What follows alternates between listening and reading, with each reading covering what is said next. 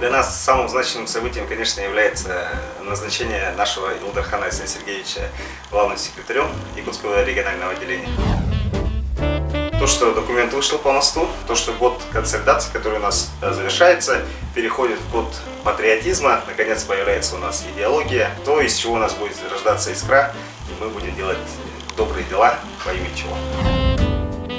Я бы, наверное, дождался 2% ипотеки. Видимо, рано взял. Подарок, конечно, это увидеть много довольных людей, улыбок наших друзей, наших соратников. Вообще, чтобы жители республики больше улыбались и с оптимизмом смотрели на происходящее и будущее.